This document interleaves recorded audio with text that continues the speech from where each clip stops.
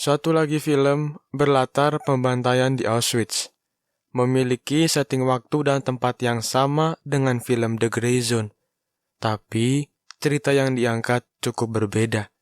Kali ini ada cerita dari Saul Auslander, salah satu anggota Sonderkommando di Auschwitz.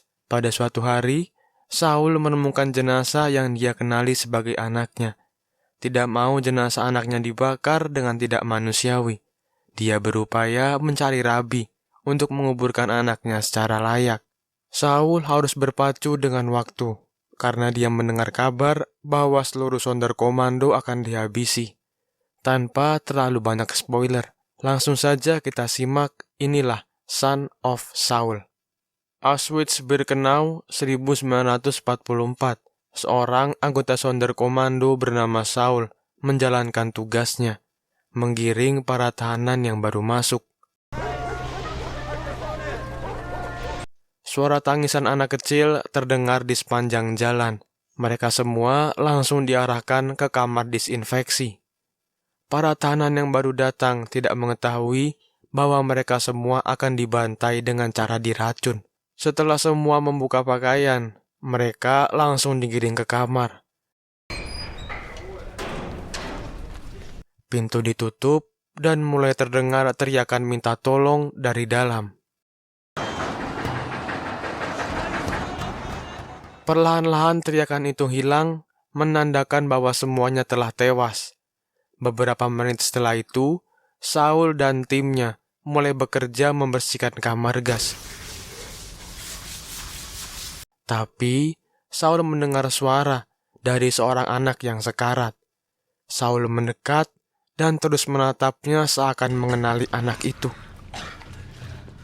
Dari kejauhan, Saul melihat seorang dokter SS yang menarik lidah anaknya sampai mati. Ketika dokter SS itu sudah pergi, Saul langsung membawa jenazah anaknya ke dokter Miklos. Dokter. Saul meminta agar anaknya tidak dibakar dan dapat dikuburkan dengan layak. Rombongan orang Yahudi terus berdatangan. Kali ini, Saul mendapat tugas untuk mengumpulkan pakaian para tahanan yang sudah dibantai. Saul mencari barang-barang berharga yang tertinggal, sembari mencari seorang rabi untuk menguburkan anaknya. Dia bertanya ke sana kemari dan tidak menemukan jawaban. Saul tidak menyerah dan terus mencari rabi demi ketenangan anaknya. Kali ini Saul bertanya ke Abraham, teman dekatnya. Feigenbaum yang kebetulan menyimak obrolan mereka menyarankan untuk pergi ke komando pimpinan Mietek. Dia mengatakan bahwa di sana terdapat seorang rabi asal Yunani. Komando pimpinan Mietek bekerja mengkremasi jenazah di luar krematorium karena krematorium sudah penuh. Saul langsung menemui Abraham yang sedang merencanakan perlawanan bersama Oberkapo Biderman. Saul mengatakan tujuannya untuk mencari seorang rabi di komando Mietek. Biderman langsung mengajaknya keluar, lalu menyuruh Saul untuk membantu Katz membetulkan pintu. Tepat di belakang mereka, mayat-mayat orang Yahudi dibakar dengan tidak manusiawi. Saul disuruh untuk menggantikan Katz membetulkan pintu, sementara dia memotret untuk dijadikan bukti di pengadilan. Tiba-tiba, kepulan asap menutupi pandangan mereka. Saul langsung merampas kamera milik Katz dan menyembunyikannya di dalam pipa. Tak lama setelah itu, pasukan SS datang dan menggeledah tas milik Katz. Untungnya saja, Saul cekatan dalam bertindak dan selamatlah nyawa mereka. Singkat cerita, Saul meninggalkan Katz dan menyelinap masuk dalam barisan komando pimpinan Mietek. Kali ini, para Sonderkommando pimpinan Mietek diangkut menggunakan truk untuk membuang abu jenazah korban pembantaian. Sesampainya di pinggir sebuah sungai, Saul langsung menjalankan tugasnya sambil diawasi oleh tentara SS. Saul mulai mencari seorang rabi yang diceritakan oleh Feigenbaum. Akhirnya, setelah menanyakan satu persatu orang di sana, dia berhasil menemukan rabi asal Yunani. Saul meminta dia agar mempersembahkan upacara pemakaman untuk anaknya. Tapi, rabi itu malah menceburkan diri ke sungai dan mencoba untuk melarikan diri. Saul yang berada di sana langsung menariknya ke daratan. Sayangnya, pasukan SS sudah berjaga di pinggir sungai dan bersiap dengan senapannya. Mereka berdua langsung diseret ke depan Obersturmführer. Saul beralasan bahwa sekop milik temannya telah terjatuh ke dalam sungai. Saul langsung disuruh kembali bekerja, sedangkan rabi yang mencoba kabur tadi dieksekusi di tempat. Setelah seharian bekerja, mereka semua kembali ke camp dengan berjalan kaki. Biedermann langsung menarik Saul agar tentara SS tidak curiga. Sebelum masuk ke camp, mereka semua dibariskan di depan untuk diabsen. Harapan Saul mulai pupus untuk menguburkan anaknya secara layak. Saul tidak kehabisan akal. Dia langsung pergi ke ruang otopsi untuk mengambil jenazah anaknya. Sayangnya, jenazah anaknya sudah hilang entah kemana. Di saat yang bersamaan, para dokter SS tiba di ruangan. Saul pun terkejut dan menjadi bahan hinaan dokter yang datang.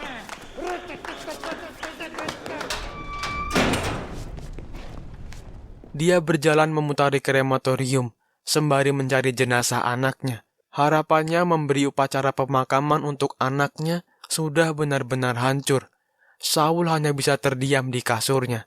Tak lama kemudian, dia melihat Dr. Miklos datang. Saul langsung menghampirinya dan menanyakan kemana jenazah anaknya. Secercah harapan muncul. Ternyata, Dr. Miklos telah menyembunyikan anaknya di tempat yang aman.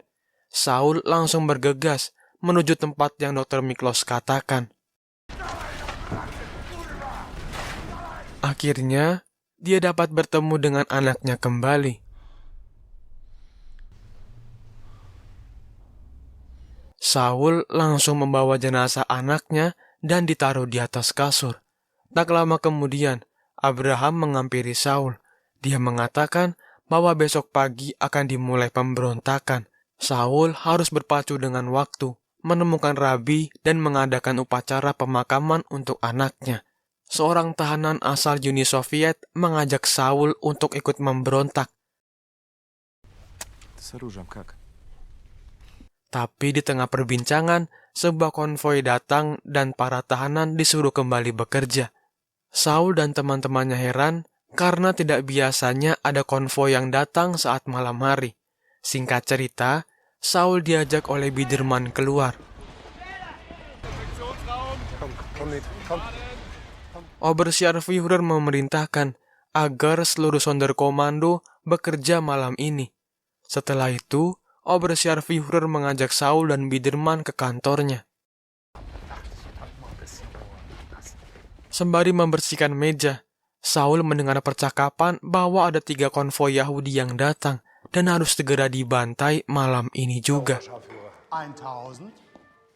Biedermann disuruh untuk memilih 70 nama Sonderkommando yang akan dieksekusi besok. Setelah selesai menjalankan tugasnya, mereka berdua langsung keluar dan mengabari Abraham soal rencana SS yang akan menghabisi Sonderkommando secara bertahap. Saul menawarkan diri untuk mengambil mesiu yang diselundupkan oleh tahanan wanita di gudang. Sembari mendorong gerobak berisi penuh pakaian, Saul mengendap-endap bertemu dengan Ella. Dia memberikan Saul mesiunya dan berharap bisa langsung melakukan pemberontakan. Setelah selesai mengambil bubuk, Saul langsung keluar dan dia melihat banyak sekali rombongan orang Yahudi yang datang. Dia langsung teringat akan jenazah anaknya dan pergi meninggalkan tugas yang diberikan. Satu persatu orang yang baru datang dia tanyai, apakah ada seorang rabi di kelompok mereka? Tapi tak seorang pun menjawab. Saul terus mencari demi anaknya. Banyaknya rombongan yang datang membuat krematorium dan kamar gas penuh. Kekacauan terjadi pada malam itu. Suara tembakan dan tangisan bercampur menjadi satu. Mayat-mayat bergelimpangan dan langsung dibakar. Setelah sekian lama mencari, akhirnya Saul menemukan seorang rabi. Tapi, seorang tentara SS langsung menariknya ke lubang pembantaian. Tak lama setelah itu, ada seorang laki-laki yang mengaku sebagai rabi bernama Frankel. Saul langsung memberikan bajunya agar Frankel tidak ditarik ke lubang pembantaian. Saul yang tidak memakai baju langsung ditarik oleh tentara SS. Untungnya, ada Mietek yang menolongnya. Mietek menyuruh Saul untuk segera pergi dan mengambil pakaian yang tergeletak di tanah.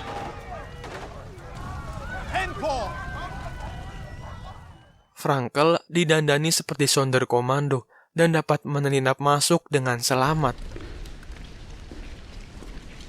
Sembari membersihkan jenazah, Saul meminta Rabi Frankel mempersembahkan upacara pemakaman yang layak untuk anaknya.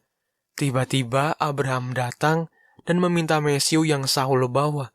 Sayangnya, karena Saul terlalu fokus mencari Rabi, seluruh mesiu titipan Ela telah tercecer dan hilang. Keteledoran Saul membuat para Sonderkommando yang lain menjadi kesal. Keesokan harinya, sebelum rencana pemberontakan berlangsung, Frankel dan Saul menggali sebuah kuburan.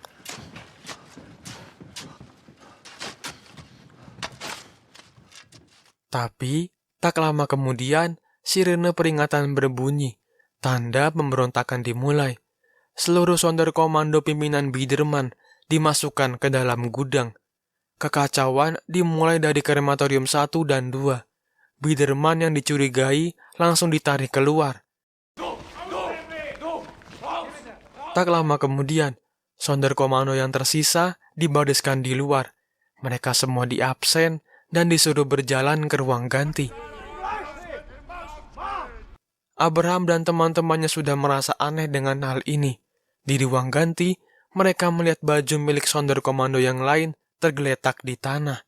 Itu berarti teman-temannya sudah terlebih dahulu dibantai di kamar gas. Hal ini membuat keadaan semakin kacau. Sonderkommando yang tersisa balik melawan. Pasukan SS terpaksa menembak siapapun yang berani melawan. Kerusuhan antara SS dan Sonderkommando sudah menjalar keluar. Dengan senjata seadanya, Abraham dan kawan-kawan melakukan perlawanan. Sementara yang lain sibuk melawan, Saul mencari celah untuk membawa jenazah anaknya. Mereka semua saling membantu menjebol gerbang camp. Akhirnya setelah menunggu sekian lama, 200 orang Sonderkommando dapat melarikan diri. Saul dan Rabi Frankel terus berlari, mencari tempat yang aman. Setelah dirasa aman, mereka berdua mulai menggali lubang untuk menguburkan anaknya. Tapi dari belakang, terdengar suara anjing milik SS yang berhasil melacak mereka. Sambil menggendong anaknya, Saul pun berenang menyeberangi sungai. Sayang sekali, jenazah anaknya hanyut terbawa arus. Untungnya, Saul yang hampir tenggelam langsung ditolong oleh temannya. Dari 200 orang yang kabur, hanya sekitar 50 orang yang berhasil selamat. Sembari beristirahat di sebuah gubuk, mereka berencana bergabung dengan tentara Uni Soviet yang sudah mencapai Krakow. Tiba-tiba pandangan Saul teralihkan oleh seorang anak yang datang. Anak itu pun langsung pergi, tapi di tengah jalan dia bertemu dengan tentara SS. Tak lama kemudian, terdengar suara berondongan senjata, dan film pun selesai. Film Son of Saul berhasil mendapatkan banyak penghargaan bergengsi, seperti film berbahasa asing terbaik, film non-Amerika terbaik, dan film terbaik Eropa tahun 2017. Segitu aja kira-kira alur cerita film kali ini. Semoga kalian terhibur dan sampai jumpa di video seru lainnya.